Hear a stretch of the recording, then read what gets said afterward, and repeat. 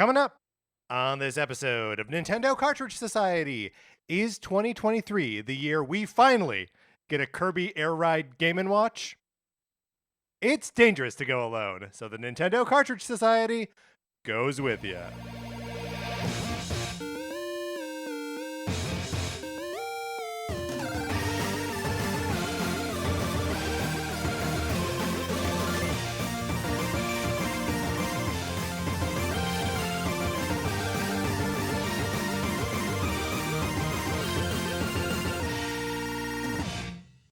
Welcome to Nintendo Cartridge Society. My name is Patrick Ellers, and I am joined, as I am always joined, by my co-host, Mark Mitchell. Mark, how's it going? It's going great. Patrick, I feel the need to explain myself to you. Already? Yeah, I know. It's a dangerous beginning. So you came over to my house to record this episode, and you haven't said anything about it, and I think it's because you're just being polite, but you had to have noticed that our Christmas tree is still up. Oh, no, I didn't really notice. Oh, good. Oh, it just blended in. It just like faded into the. You were traveling around the holidays. Okay. You've been back for back for a day and then went back to work. It doesn't surprise me at all that your Christmas tree is still up. Okay, great. I didn't even notice. I'm not an observant person. I won't notice when you get your haircut or if you're wearing a new shirt. Okay. I won't notice when your Christmas tree is still up. I was super self-conscious about it. Clearly, since I wanted to talk about it. So I'm wearing like a green sweater right now. Yes. And earlier I was wearing red sweatpants, and I was like, no, this is too much. If the Christmas tree is up, Patrick comes over. Mm-hmm. The tree is up. I'm wearing red and green. I'll just never be able to explain this away. Well, now I have to ask, are you like still in Christmas mode? No, not at all. Okay, you're over it now. Yeah, it will. So before we left, my husband was like, we should like take down all the Christmas tree. Yeah. So when we get back, it's taken down. And I was like, no, like I don't want to do that. That felt kind of like a bummer. And now that we're back, I'm like, wow, I really wish we would have done that. It's hard though, because like taking down Christmas before Christmas is no fun. Feels whatsoever. really grinchy. It is. Yeah. There's a time and a place for de-Christmasification, and it is not before Christmas. It's arguably not even before New Year's. Also, it was like raining, and yeah, who wants to like put away the Christmas tree? Like go to the garage when it's raining? No, thank you. No. That is a task that you better get on it though, because it's going to rain again this weekend. I know. Look, we're not doing the weather report. We've evolved beyond the weather report. Speaking of things that we have evolved beyond, the Sonic Forces borrowing program is coming to an end. It is becoming the Sonic Forces owning program. Would you like to own my copy of Sonic Forces or my copy of Untitled Goose Game in a Sonic Forces box? Well, you can. All you got to do is email us at Nintendo Cartridge Society at gmail.com and get your name on the list. If you have previously put your name on the list, it is still there. But if you would like to email us again, I'll put your name on the list again. I don't care. We will randomly select all entries must be in by January 31st, after which time we will randomly select 2 people to get those 2 copies of those games, and then we will not send them out anymore. That'll be it. That'll be the one time they go out. They will find a new forever home. That's right. And like you said on Tuesday, Patrick, like if those winners want to start their own Sonic Forces borrowing program with that copy, absolutely. Look, there are, just as there were no rules to the Sonic Forces borrowing program, there are no rules to the Sonic Forces owning program either. And Mark, here's one rule that we did have that I'm blowing away. It's gone now. International entrants are welcome and encouraged to put their name in. There you go. I will send this game anywhere on planet Earth. As long as there's a mailing address that I could do it. Consider it a threat. That's right. Find the furthest away place that I could mail it to. Set up a P.O. box, and I will send it there. Mark, are you ready to get into it and discuss what we're going to see from Nintendo in 2023? Yeah, let's do it.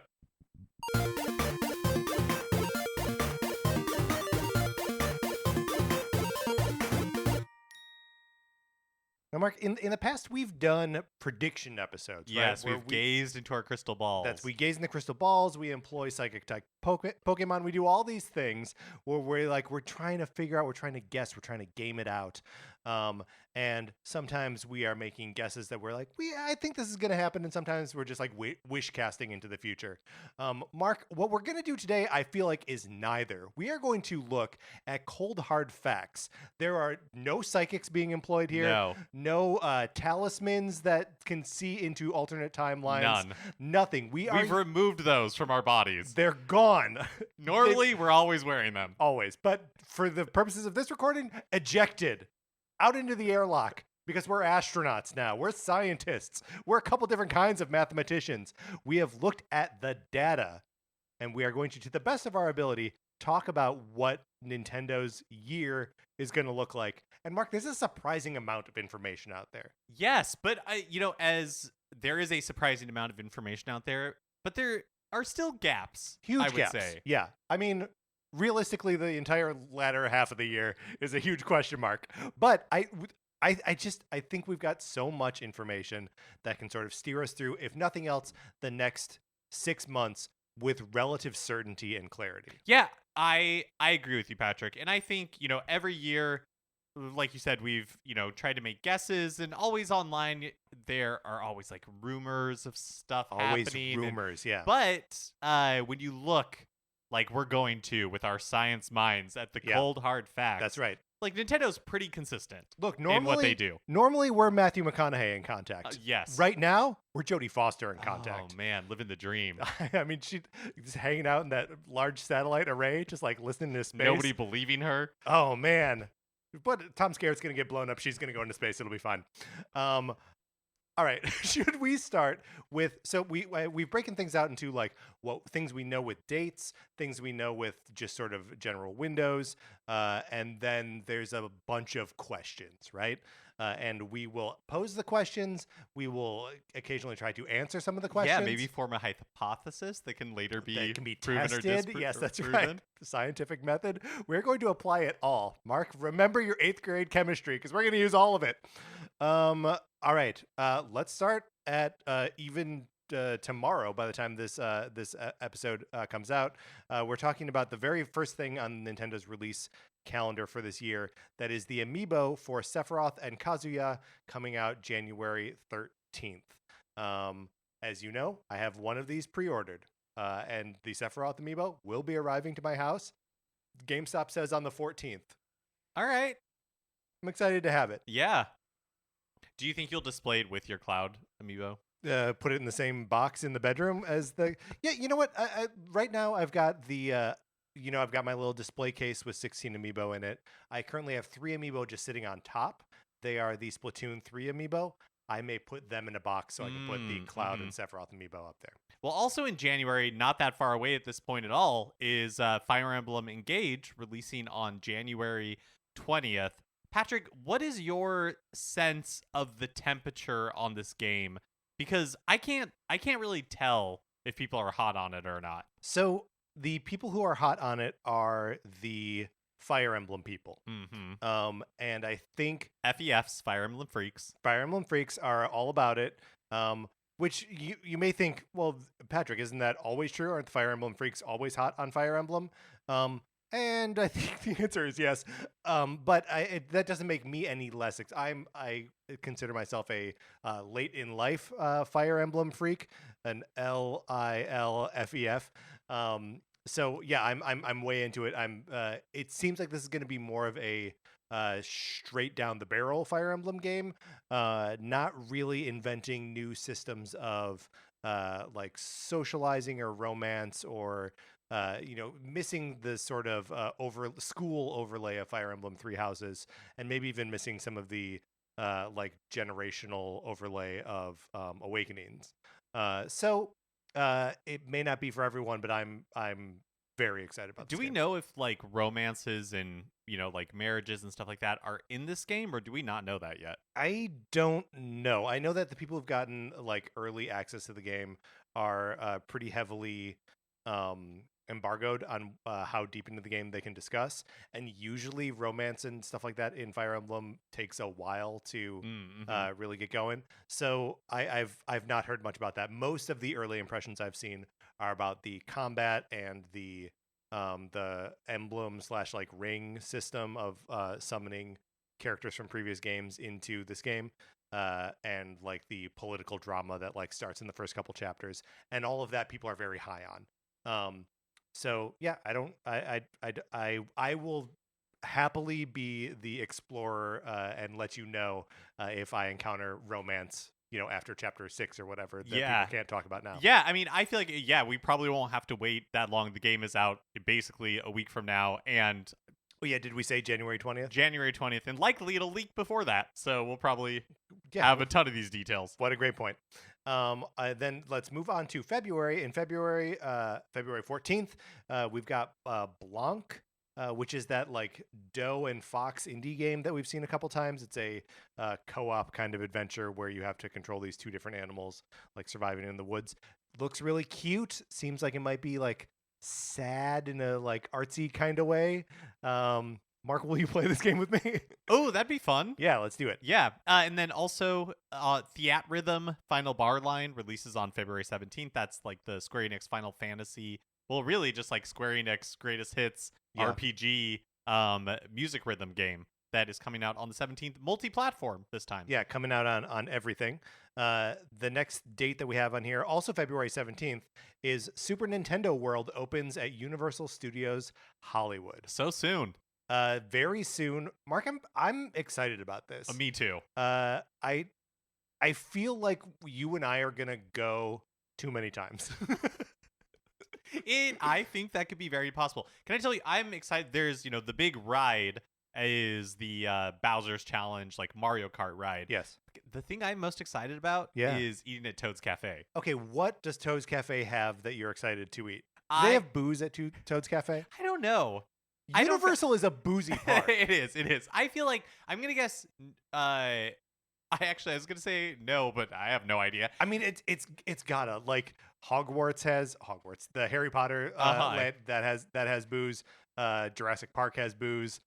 Simpsons is like too boozy. I think it's got to have alcohol.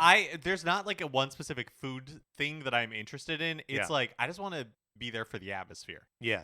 I want that too. I also want to go into that merch shop. Yes, because there is something in there that I will be a sucker for. For sure. Yeah, super excited for that.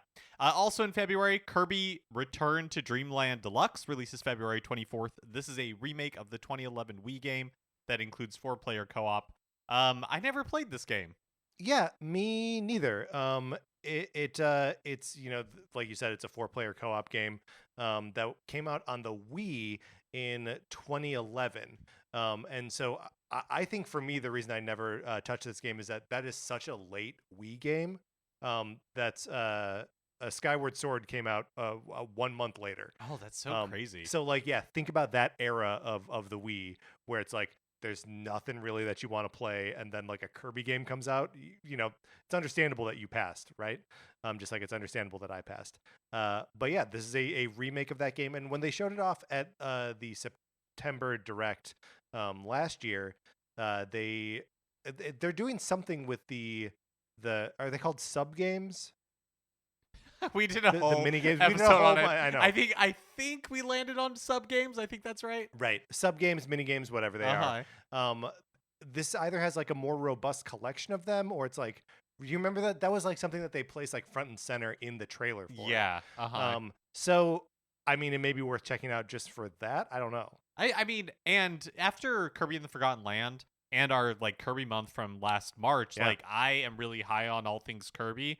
And plus, you and I have been threatening to do some sort of like co-op month or something. And so maybe this is just like another entry for us to tackle. I mean, I honestly think February might be it, because we could play Blanc. We could play Kirby. Kirby. Well, first of all, we had a whole conversation about this before we started recording. The name of the game is actually Kirby's Possessive Return to Dreamland Deluxe. Sometimes Kirby games are possessive and sometimes they are not. Yeah. I wrote it up in our notes as not possessive, but it is, and I've just made that correction now. So yeah, we could do Blanc, we could do Kirby's Return to Dreamland, both new in February, and then we could also do It Takes Two and Portal 2. Huh. That's a whole month we could do of just pitching ideas to you on Mike. Something to think about. Also in February, I'm doubling up. Octopath Traveler 2, also released on February 24th. This is another multi-platform release. And I made a note here further down that both with Theatrhythm Final Bar Line and Octopath Traveler 2, these are the first times that these games are like games in this series are being released on non-Nintendo platforms. They may Octopath Traveler is on other stuff now, but it didn't launch like day and date there. Switch, or in the case of Theatrhythm, DS and 3DS had first crack at those games. So it's interesting that these sort of like smaller scale things that Square Enix is doing, and then later we'll discuss with Capcom, that was sort of relegated to the Switch, is now like on everything. Yeah, that I is don't- interesting. I don't know what to make of it exactly, but it's happening.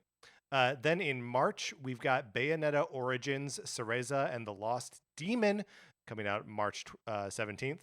And then also Fitness Boxing, Fist of the North Star, which doesn't have any specific date, but was just announced as March 2023. And the single biggest laugh for me of the last Nintendo Direct was Definitely. seeing Fitness Boxing, Fist of the North Star. Then we move into April, and Mark, what's the big thing happening in April? Super Mario Brothers movie. The Super Mario Brothers movie coming out April 7th. I can't believe that that's a movie that's actually coming out. Like, it's going to exist in the world. I We know. will have seen it. Yeah, I feel like it's been looming out there for so long, and there was such a long period where we didn't know anything about it. Right. Yeah, it'll be. I hesitate to say that I'm like looking forward to it, but I think it'll be fun. Yeah, I think it'll be fun too. I no longer dread it. Yeah. So April 7th, not too long from now. And then also in April, the Mega Man Battle Network Legacy Collections Volumes 1 and 2 are coming out on April 14th. These are also multi-platform, sort of falling into that same bucket as before. All of the Battle Network games were GBA, DS, 3DS. I mean, not only is it interesting that they're on non-Nintendo platforms, but that they're coming to, non-handheld platforms too. That's all new and novel. And then in May, of course, The Legend of Zelda: Tears of the Kingdom, May 12th. Which, I mean, look, this is an even bigger deal, obviously, than the Super Mario Brothers movie. We've had it hanging over our heads for even longer. How are you feeling about Tears of the Kingdom at this juncture? I'm really excited, but I feel like I don't really know what I'm excited for. Yeah, we don't really know what we're excited for. Yeah, so just waiting for that big Tears of the Kingdom blowout. Do you think it makes May 12th? Any possibility of delay? I think it makes it. We've been living in this world of like the game exists and like we slowly know more about it. Like, I think there was the original introductory trailer and we've gotten 2 more since then. And I just feel like they've held off on a release date or release window for so long that now that they have said May 12th, that like it's gonna hit that. It also just in video games in general feels like 2023 is the year that all the stuff that kind of got delayed because of COVID or had weird, release stuff happen. Sure. Are fine. It's like That finally we're like finally catching up. Yeah. I think that's right. And yeah, it'll be super interesting to see what this game actually is. We, there was that leak a couple weeks ago of a Switch OLED edition with Tears of the Kingdom graphics on the dock and on the back of the Switch and the Joy-Con. So we don't know if that's real or not, but if it's coming out May 12th, we'll know pretty soon whether it's real or not. There was also an ad for Tears of the Kingdom that, again, we don't know if it was real or not, that had the Nintendo Switch Online logo on it, which does that suggest some sort of online functionality for the game? Oh, weird. Or what? Yeah, I mean, it's truly, we don't know what the moment to moment of the game is. We don't know how linear it is. We don't know if there is a multiplayer. Can we be running around Hyrule together? Or is it just a Hyrule Battle Royale? And is that what it is? Like, it's just Zelda Fortnite. All possible. At this point, totally could happen. At this point, totally could happen. Mark, that's sort of the end of what we have, like, solid release dates for. But there's a handful of games that are of interest to us that have a generic 2023 release date. So let's kind of run down the list of these games. Yeah, so starting with Final Fantasy Pixel remasters, which are supposed to come out spring 2023. I am kind of bummed that I missed the physical release, the pre-order of this. I'm still gonna try. Like once they come to retailers, like maybe they're coming to retailers. They were only available on Square Enix's website. Yeah, it wasn't clear to me if that's like exclusive to Square Enix's website or if they actually will have It's a great question. copies in stores. You certainly can't pre-order them from stores at the moment. Another 2023 game we've got on here is Disney Illusion Island. Is this an Ubisoft game? I don't think so. It just looks like the Rayman games, Right. But yeah, it's a up to 4-player Mickey, Donald, Goofy, Minnie platforming game. Looks very cool. I'm excited about that one. Also coming to Switch and other platforms like staggered through 2023 is Hogwarts Legacy. So it's releasing for PlayStation 5, Xbox Series consoles, and PC in February. And then in April, it's releasing for PlayStation 4 and Xbox One. And then finally in July, it's scheduled to release on Switch. Weird staggered release date here. I don't know if it's gonna hurt it at all. Like, right. I mean, it's the first like big kind of legit Harry Potter content that I think anyone cares at all about. Right? Like, those Fantastic Beasts movies are like, right? Like yeah. no one is paying attention. So it'll be interesting to see how that all lands. Next up, we've got Sea of Stars coming out summer 2023. Sea of Stars is the turn-based Chrono Trigger-like RPG from the developers of The Messenger. Technically in the same universe as The Messenger, but it seems like they're going to be separated by hundreds of years or whatever. I'm very excited for this one. Oxenfree 2, Lost Signals, sometime in 2023. Also sometime in 2023, Front Mission 2 Remake. Fatal Frame, Mask of the Lunar Eclipse. Tales of Symphonia Remastered. Star Wars Hunters, which it's like that MOBA that Star Wars, or like... Is it a MOBA? Is that what it is? I don't know. It definitely is. It seems like they're using maybe second string Star Wars characters in some sort of action game multiplayer. Yeah, I don't know. This one looks ignorable to me, but it could be a surprise. Mm-hmm. Next up, okay, forgive me for even invoking its name, Hollow Knight Silksong. Yes, the sports story of Hollow Knight.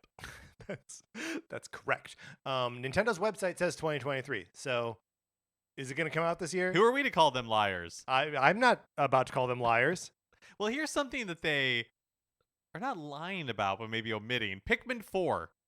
Yeah. It was revealed in fabulous Miyamoto fashion to be releasing in 2023 during the last Nintendo Direct, but it's not even on Nintendo's website yet. Not listed on the website. And it was revealed in the most bizarre way, where it was like one screenshot where Miyamoto was like, look how close the camera can get, or something like that. Yeah, he was saying that like this one will be told from a slightly different perspective where the camera will be closer. Which like you just gotta love that Nintendo can have this perspective of like, here's something really minor and it's like the selling point of the game. And which we're not going to show you video of. No. You get a single still frame. So Pikmin 4 is obviously a game that's been rumored to be near completion for a very long time. And do you feel like Miyamoto saying like this game is coming out next year, do you think do we miss 2023 with that? Does it move off that date, or do you think like they're gonna land it sometime during the year? Yeah, I truthfully have no idea. Yeah, it could go either way. It's just the fact that because that segment of the Direct was so bizarre that he showed off his Pikmin shirt. He showed off his Pikmin bloom, like on his phone, showing us where he'd been walking. A Cardi award-winning segment of true. Nintendo Direct. And then said, "Oh yeah, by the way, Pikmin 4 is real, and here's a logo." And that's it. Yeah. Yeah, I really don't know what to make of Pikmin 4. It must have at some point been rebooted, I feel like, because it was in the works for so long. It'll be interesting to see how it takes advantage of the Switch or doesn't. Like, if Yeah. they choose to do something, um, I don't know. I guess I don't really know that what you could do with the Switch or like the Joy-Con that you couldn't do on the Wii or on the Wii U. Or geez, I mean, I guess the first one was first two were GameCube yeah. games, right? Yeah, and then remade on the Wii U using pointer controls. Yeah. But like they made improvements to Pikmin 3 in Pikmin 3 Deluxe that did take advantage of some of the things that are more inherent to the Switch, like multiplayer. So yeah, I don't know. It will be very interesting, and also just like the I was gonna say emphasis on, but the only information we got is that it's from a slightly different camera angle, um, which maybe suggests that it is less about like managing a bunch of Pikmin and maybe more about like You are the Pikmin. you are the Pikmin. I mean, or even just like you are the Olimar, like running around, and you have like maybe fewer Pikmin at your command that are you have to manage them more specifically. I don't know. And then we know that amiibo wise, we've got Pyra and Mithra amiibo that are coming out in 2023 at some point. We've seen the build for these things, but we don't have any kind of date as to when they're going to come out. But we do know that there is some first party DLC coming in 2023. Kind of a lot of it. So we have the Mario Kart 8 Deluxe Booster Course passes. Wave 4 through 6 are all due out before the end of the year, just kind of like completing it. Do you think it's possible that they pull a like Smash Brothers holy cow fighter pass where they're like, and now here's even more. Here's Booster Course Pass 2? Yeah. I kind of don't. It's so much. This is so much okay, this would be like if the Fighters Pass in Smash Brothers had 76 characters in it, right? Like they're adding so much content. Yeah, there is so much. They're doubling the number of tracks. And the game is already huge. Has such a big legacy. Yes. Yeah. The Mario Kart 8 Deluxe already has 50% more tracks than other like recent Mario Kart games. So like the fact that then that is being doubled means it's got 300% as many tracks as Mario Kart 7, right? Like just it boggles the mind. So yeah, those are all going to come out by the end of this year. Mark, do you think we'll get those like quarterly, or like do you think they're going to really like tease us out all the way to the end of the year?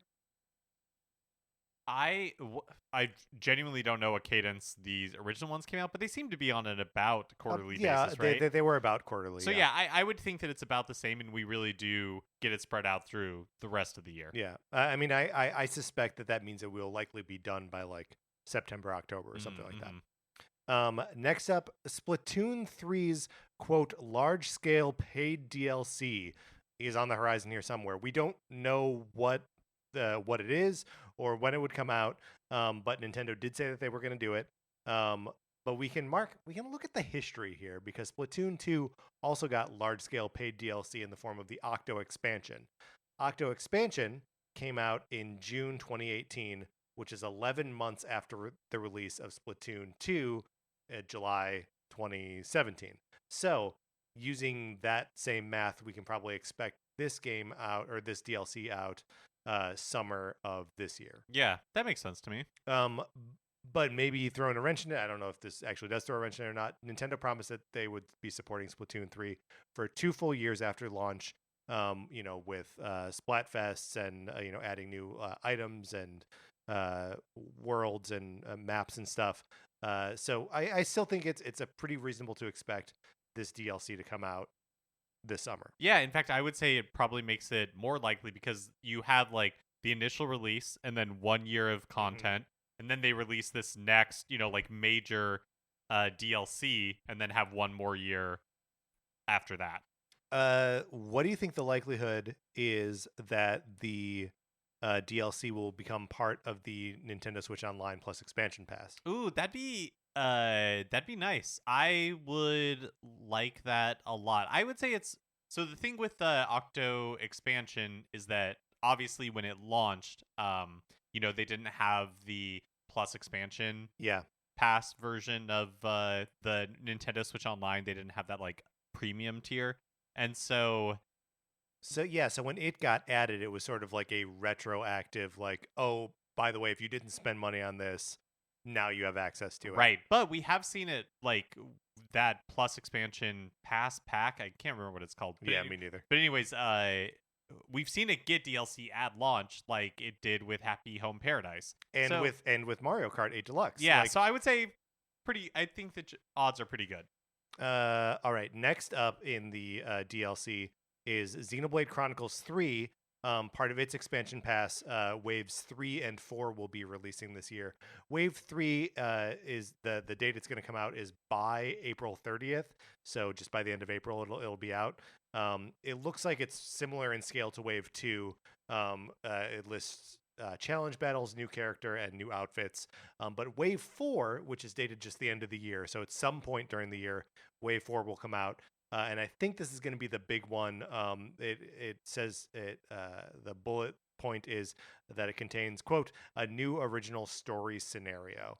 So there's like the last big piece of Xenoblade Chronicles 3 content will be out before the end of the year at some point. And with Xenoblade Chronicles 2, that big like DLC piece was Torna the Golden Country, which they also released as just a standalone game. Yeah. I wonder if they'll do the same thing here. Like, I wonder if that was successful for them. Well, so the thing with Torna is like it started as DLC and then they spun it off into like its own game. Like it's released separately as its own thing.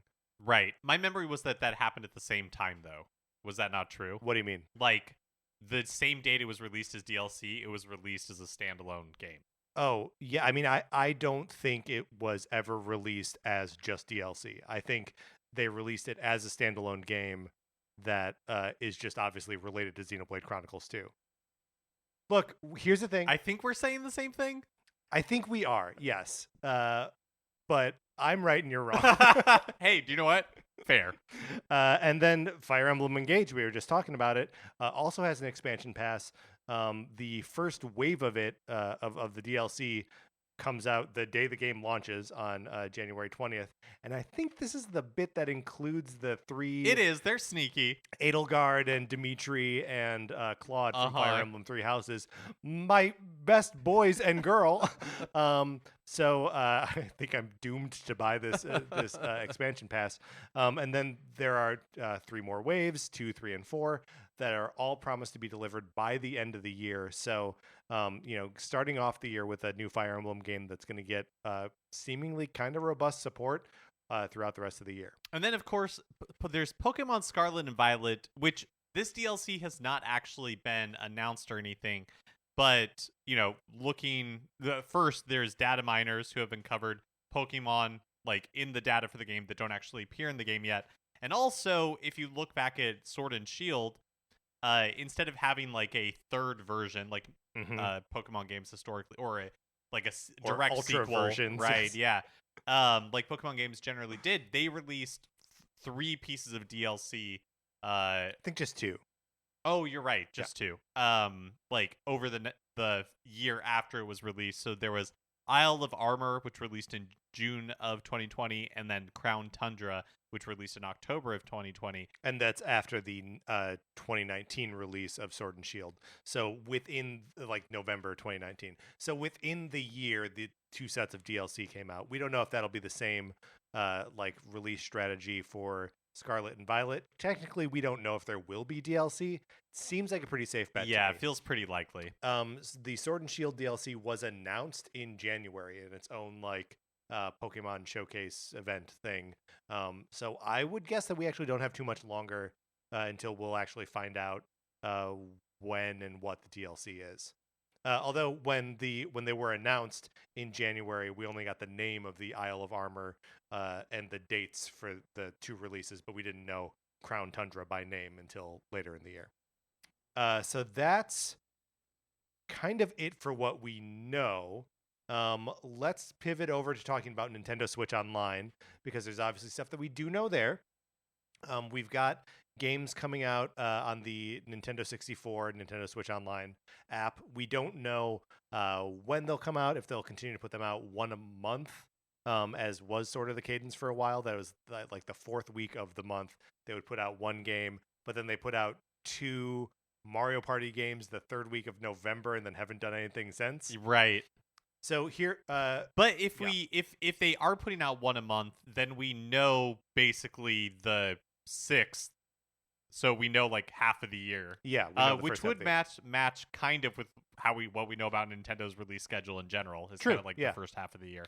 So the games that we still have coming are Mario Party 3, Pokemon Stadium 2, which they could release those at the same time, right? Excite Bike 64, 1080 Snowboarding, and GoldenEye 007, which that could also be coming out at any point. Right. We have it at like the end of the list there, but that's sort of because they saved it as like a special announcement. Likely that'll be launching at the same time that it does on the Xbox consoles, but who knows? Yep. Just also a note there that Japan is getting Harvest Moon 64. We are not. That's right. Now, something else related to the Nintendo Switch Online.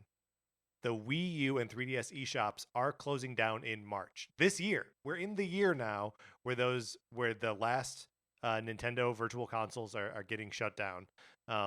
So if does Nintendo need to provide more like robust support for their classic game libraries?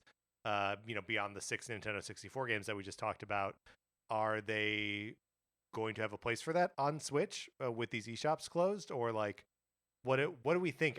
We're not going to find out anything until April, right? Like if there are more libraries coming, if there's a virtual console coming, like we won't know anything until after the eShops close. My personal opinion is that this is it. That the virtual consoles are going to close, and of course we're going to get some of those games and some of those platforms in some form in the future. But just like we've seen with GameCube games, like they're not really accessible anywhere. Yeah. And so I do think that there are parts of the libraries that have been available on 3DS and Wii U that are just gone for a long time.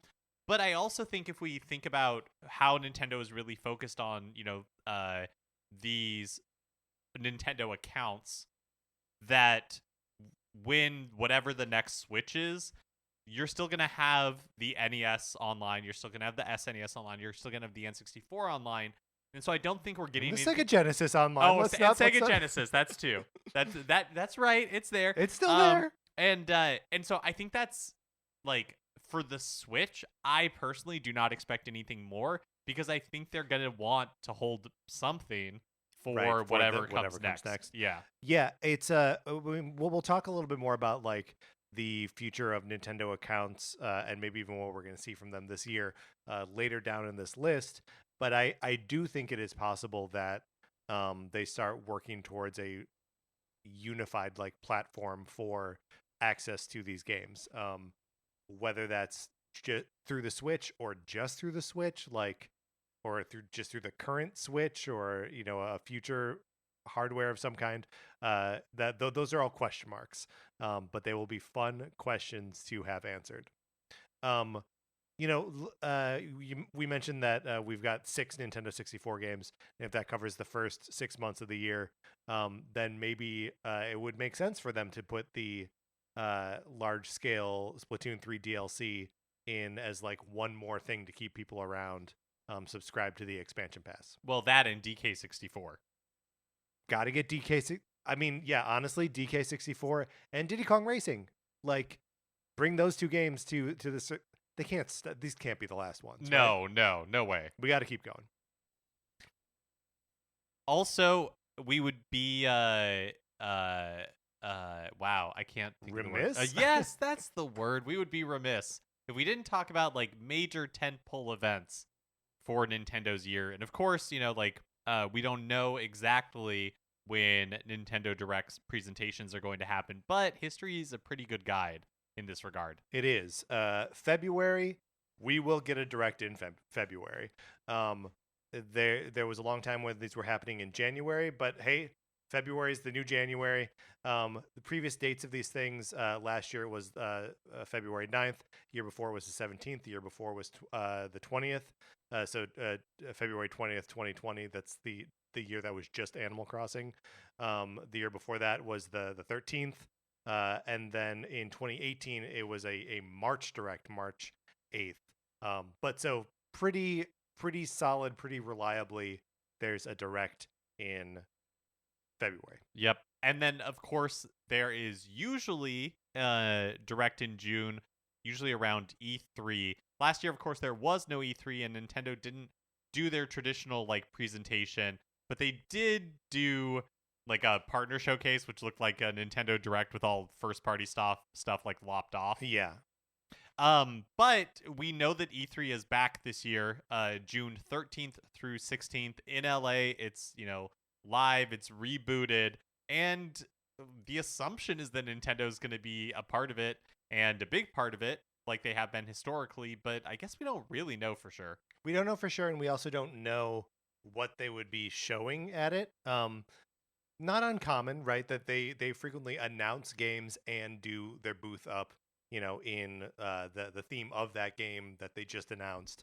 But like, it's crazy to think that like Tears of the Kingdom, what is probably going to be their biggest release of the year, will have been out for a month by the time E3 comes around.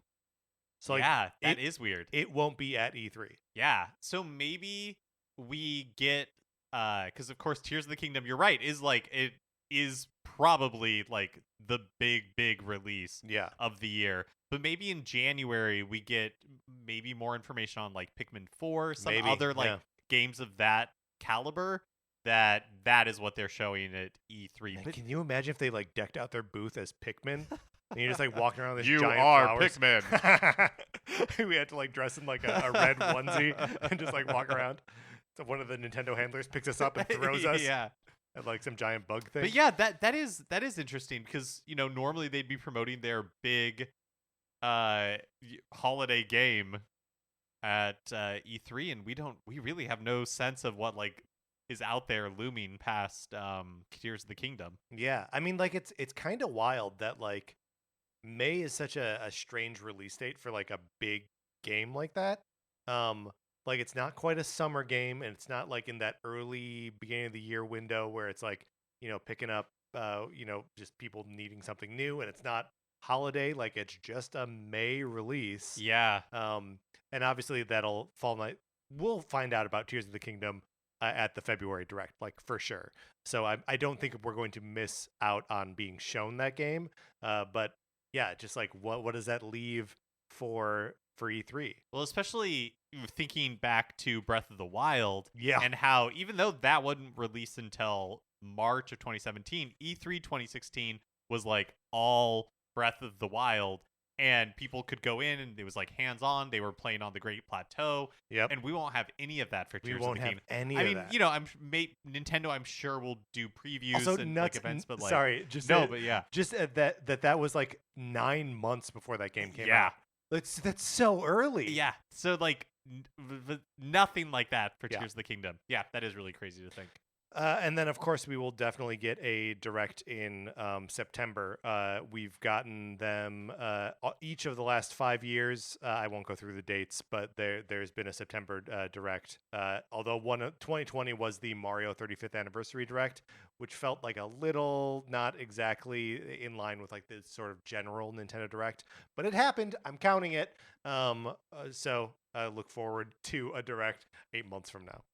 So we went through the list of games that we know about, but are there other games that we should maybe be expecting this year? Or yeah, so this is I don't know if this like falls in the realm of speculation or what, but it's I think things that we can assume we'll see this year. One, Pokemon. We'll see a Pokemon game of some kind. In 2020, the year of Sword and Shield's DLC, that sort of took the place of like the main Pokemon game, but there was like the Mystery Dungeon and something else came out. There's always some kind of Pokemon game that comes out. So Pokemon in some form will come out this year. And then I'm gonna invoke it, Metroid Prime 4. Yeah. Is it time that we hear about Metroid Prime 4? Man, or the Metroid Prime trilogy. I know. Well, see, that's the thing is like there or Prime remake. Right. Something Metroid, maybe. I'd be willing to buy that. I mean, I could see Metroid Prime 4 being E3 booth worthy. Whoa. Like a big, scary, dark sci-fi Nintendo Yeah, booth? if you were going to like Whoa. do some, like you could build a whole booth around Metroid Prime 4. But I don't know. It does, on the one hand, even after it was rebooted, it has been a long time since we heard anything about it. And yet, it still feels too soon to me. I mean, this is one of those like that won't believe it. It's like even when they announce it, they're like Metroid Prime 4 coming out, October. They'll be like, when it comes out, I will believe it. Yeah. But until that moment, I will suspect that you'll take it away from me and say we're starting over. And then I have listed on here that and this is not probably the same caliber of those two, but Outer Wilds was announced 2021. Like, it's been a while for Switch and just has been consistently delayed, and now is just to be determined. Like, if you go on Nintendo's website, it's there, but it just says TBD. Yeah. So maybe it'll come out in 2023. Who knows? When speaking of who knows, we've got a whole category here of what's not here. What do we know that's like out there in the ether, but is not like that no one's talking about. There are just no plans for a lot of this stuff. But let's talk about it all because it's a lot of open questions. The first, of course, Advance Wars 1+2 Reboot Camp. Yeah, I really don't know. I could see this never coming out. I could also see it never coming out. I think if it doesn't come out this year, that's it. Like, if we go a whole year, a whole other year, without this game coming out, then it's hitting the shelves. I also wondered, with the way that it was canceled, right? With them saying due to world events, which were obviously the war in Ukraine. How do you remarket it? How do you bring it back? Right. Or do you just quietly release it, or do you just quietly kill it? Yeah, I mean, I think they're in the process of quietly killing it, right? But yeah, I suppose you can quietly release it. It's not Advance Wars is a low enough profile game that it's not going to upset anyone, right? Although Nintendo's pretty sensitive to that kind of thing. They don't want to put out a game that might upset someone. Yeah, I really don't know. It just feels like they're a little bit in a bind here. Yeah. Because you can't really go all out. It doesn't feel like, with the war in Ukraine still going on, that you can just go all out with marketing it after you pulled it, right? Because of world events. But yeah, I don't know. Couldn't do an E3 booth of Advance Wars 1+2. Yeah, it would just be weird. Also, what about a new version of the Switch?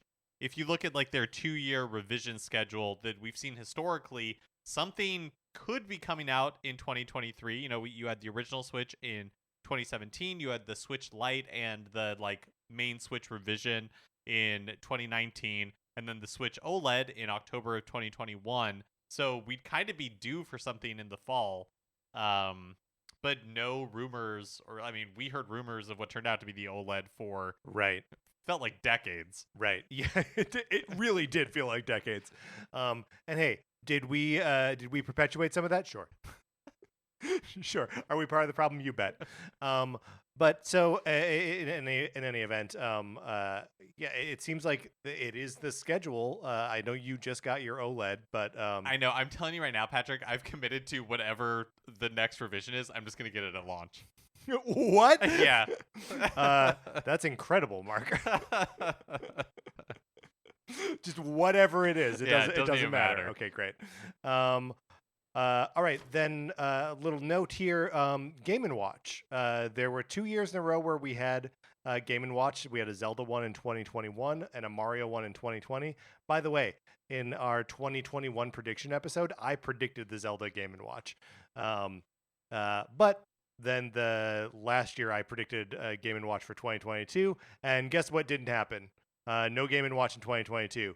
Is this program dead? Are they done doing this? I think Nintendo, in comedy, there's the rule of threes. Nintendo does twos. They're like, we're going to do the the NES Mini and the SNES Mini, and then we're done. Right. We're going to release the first 2 Famicom Detective Club games, but not the third one. Like, Nintendo is like, we're going to do something really cool twice. That's it. That's it. So no, I think this is probably it. I think they're done. So frustrating. Yeah. How about Amiibo? So of the Smash Brothers line, Sora is out there looming, but I think for me personally, we're past the point where we're gonna see an announcement of a Sora Amiibo, because it seems like that would have happened by now. And I mean, maybe it's also because Sora is either owned or co-owned by Disney. yeah, it's like tied up in so many different rights at that point. This is really the key thing, is that like no part of Nintendo owns Sora, right? That you have to get the okay from Disney and Square Enix at the very least to make and sell this thing. So yeah, it seems like he's probably going to be wrapped up in rights purgatory forever. But it's also like he's the only one. He's the only character. It's a little weird. It's a little weird. Yeah. Hopefully someday Sakurai in his new video series talks about it. He'll go deep and spill all the tea about like all of the dirty dealing. But do you think we just continue to see like a few Amiibo trickle out here and there? Because like it feels unlikely to me that there's going to be like this great Amiibo resurgence. But do you think they're basically done? I think, I mean, probably. Will we get Tears of the Kingdom Amiibo? Yeah, I don't know. I mean, like, I sort of feel like, yeah, right? Like, the Zelda Amiibo sell incredibly well. And, the Breath of the Wild Amiibo especially, like, they sold Amiibo of the champions. Like, those are some, like, D-list Zelda characters. I love them, but, like, Rivali? Like, what are we doing? All the rest of the Amiibos are like the character whose name is on the box. Yeah, you're right. So yeah, I don't know. I feel like Tears of the Kingdom will be the test case. Mm-hmm. If we don't get Tears of the Kingdom Amiibo, that's it. That's the end of it. So Resident Evil 4 Remake is coming out on other platforms in March, and I don't expect this necessarily anytime soon. But do you think like by the end of the year we see a cloud version on Switch? A great question, because all the rest of the like modern Resident Evil games are playable on Switch via the cloud. Yeah, I mean maybe next year, right? Like maybe around a year after the original release, they start putting it up on cloud. That would be my guess. That probably not this year, but like totally possible. Not on Switch, obviously, because it does not exist. But are you going to play the Resident Evil 4 remake? Are you excited for the Resident Evil 4 remake? I haven't put too much thought into it, but I love the original. I like the style of the remakes. But I still also have Resident Evil 3 remake that I've not touched. But 4 is a better game than 3. Call me when they do Code Veronica, all right? All right, Mark, we've got a category here that's just crazy add-ons / peripherals / alternate ways to interact with the Switch. Because let me just go through the history here. Nintendo's done some neat things with the Switch that take advantage of all of its capabilities. In April 2018, we got the first 2 Labo kits, the Variety Kit and the Robot Kit. September 2018, we got the Vehicle Kit for Labo. April 2019, we got the VR kit for Labo. That's the last we heard of Labo. In October 2019, we got Ring Fit Adventure. And in October 2020, we got the Mario Kart Live Home Circuit, sort of like AR driving karts in real life thing. But since then, Nintendo's not really put out something like this. I get you can maybe make the argument for Nintendo Switch Sports last year as being like a different way to interact with the Switch. But it seems like they've slowed down this cadence of like new inventive peripheral related stuff for the Switch. Yeah, it is interesting, especially because early in the life of the Switch, like pretty early because it was before Labo came out, we heard Nintendo talk a lot about part of the plan to extend the life of the Switch as a console is like finding new and interesting ways for people to play it that are unexpected. So when Labo came out, it was like, oh, this is clearly an example of that. But like you said, that has kind of like kind of dropped off. So the next thing we wanted to talk about here was the 2 new companies that Nintendo either formed or announced that they were forming last year. The first of which is Nintendo Pictures Co. Limited, formerly Dynamo Pictures, was acquired by Nintendo and relaunched as Nintendo Pictures Co. Ltd. in October 2022 to create, quote, visual content using Nintendo properties. It's an interesting thing. They obviously have this partnership with Illumination to make movies, but are we gonna ever find out more about like what Nintendo Pictures works on Right. or So makes? my memory from when this was announced is that Dynamo Pictures in its former life had made like an anime series or two before, but mostly was like had expertise in mocap and like Right, and had done some of the cutscenes and stuff like cutscenes that. for a Nintendo game, and I don't want to venture which one it is. I'm gonna guess other M, but I feel like it might have been Metroid other M. I feel like that's right. So Good track record. so hey, for whatever those games' problems were, there was no point that I was like, "That's bad mocap." I mean, great point. I thought you were going to say there's no point where you said that's a bad cutscene, because there definitely were points. I mean, all of them. All of it's bad cutscenes. That being said, so yeah, I tend to think that like this is going to be more about visual content in games, and that we won't necessarily see like a new animated series in partnership with Netflix that's being produced by them. But if we do, maybe we'll see it this year. Who knows? That's right. And maybe that is what Metroid 4 has turned into. Oh my, if Metroid Prime 4 is an animated series on Netflix, I may quit this whole thing, Mark. Also, another venture that Nintendo has formed with another company is Nintendo Systems Co. Limited. And this was announced in 2022 as a joint venture between DNA, who you may remember from Nintendo's mobile ventures, and Nintendo. This new company will focus on Nintendo accounts and, quote, the digitization of Nintendo's business. Which I maintain is still the funniest way to express any kind of change. Nintendo makes video games. Their business is digital. It doesn't get much more digital than Nintendo. This is Nintendo accounts need to be focused on, right? There needs to be a company that manages these things, because there are a lot of ways in which Nintendo has fallen behind forever. It's just always been behind Sony and Microsoft as they administer their online services for PlayStation and Xbox, respectively. So it's encouraging to know that they are clued in this way, but I don't really know what to expect from this. They're like, is this going to be another just like behind the scenes? Right. Yeah. And from the wording that you have here from the official like notice of this joint venture, so it talks about the relationship between Nintendo and DNA, and part of it says like Nintendo entrusts DNA with the joint development and operation of membership services for various devices. And let's set the various devices apart. Aside for just a second. Yeah. And the way that this is written, where it's like Nintendo entrusts, like currently entrusts, it's like, is it possible the DNA is already involved in this, in like the management of Nintendo accounts? Yeah. And this is just like expanding on that partnership. Right. Well, the Super Mario Run, for example, you can make friends in that game that then carry over to your Switch. It's the same account. It'll know and suggest those same friends to you. It's still not a 1-for-1. It still can only like read them and say like, oh, if they also have a Switch, then you can make friends with them on the platform. But yeah, so there's some amount of account management that they're already letting DNA tackle. But that various devices, membership services for various devices, is encouraging to me, especially in conjunction with these two other things I pulled from the official notice, the like business notice. First is the Data Foundation.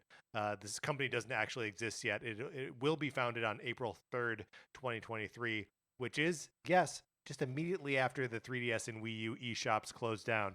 So, look, if they're like shuttering one way to preserve their legacy library and starting up a company that is interested in online services, maybe that's where the legacy library goes. I don't know. And then the other just like description of the business, and it's kind of just like a list of like tags of like metadata. But here are the tags that they list that Nintendo Systems Co. will be engaged in. quote, game business, live streaming business, sports business, healthcare and medical business, and new businesses and others. And it's that live streaming businesses or business that really sticks out to me. We're going to gloss right over healthcare and medical business. We can. You're on your hospital ventilator. You're logging in with your Nintendo account to get points in Pokemon Breathe. Look, Pokemon Breathe. Yes. Okay, that's bizarre. That is a bizarre thing for this to be tagged with. But live streaming business, like, is that live streaming games? Is it live streaming video content? Right. Are we going to see that Metroid Prime 4 animated series that you were talking about through your new Nintendo account as you were accessing it on whatever device you want? Because that's right. And would Metroid Prime 4 animated series even be on Netflix, or does Nintendo have their own streaming service in the works? Nintendo Flix. And the fact that live streaming business is right next to sports business makes me think it's probably esports that they're actually involved with. And if they hold a Splatoon 3 World Championship and then are also like broadcasting it out to a Twitch-like service that you are accessing on your Switch or through your Nintendo account on another device. It seems like the possibilities here are endless. Yeah, I agree. And I guess, glass half full on the fact that Nintendo's online infrastructure and like their where they're at today is so like nascent, is that you're right, like it could go anywhere. Yeah, right. Yeah, and exactly. Nintendo has never let something having not existed before stop them from making something exist, right? They're a weird company. They do weird stuff, and now they have 2 more companies under them to help them do more weird things. All right, Mark, let's talk some notable anniversaries we got coming up this year. I feel like Mario's 35th anniversary really poisoned all of our brains. I think so too. I didn't write down any 35th anniversaries because I don't think that's a thing. Anyway, this year is the 40th anniversary of Donkey Kong 3. I would love if, like, you had the year of Luigi, you had Mario's 35th. Oh my god, the year of Stanley the Bugman. And it's like, hey, yeah, exactly. Exactly. It's like, no, like, we're going all out for Donkey Kong 3. That would be so amazing. I would love that so much. Okay, that one's a little bit of a joke, but the next 2 I think are real or could be actionable.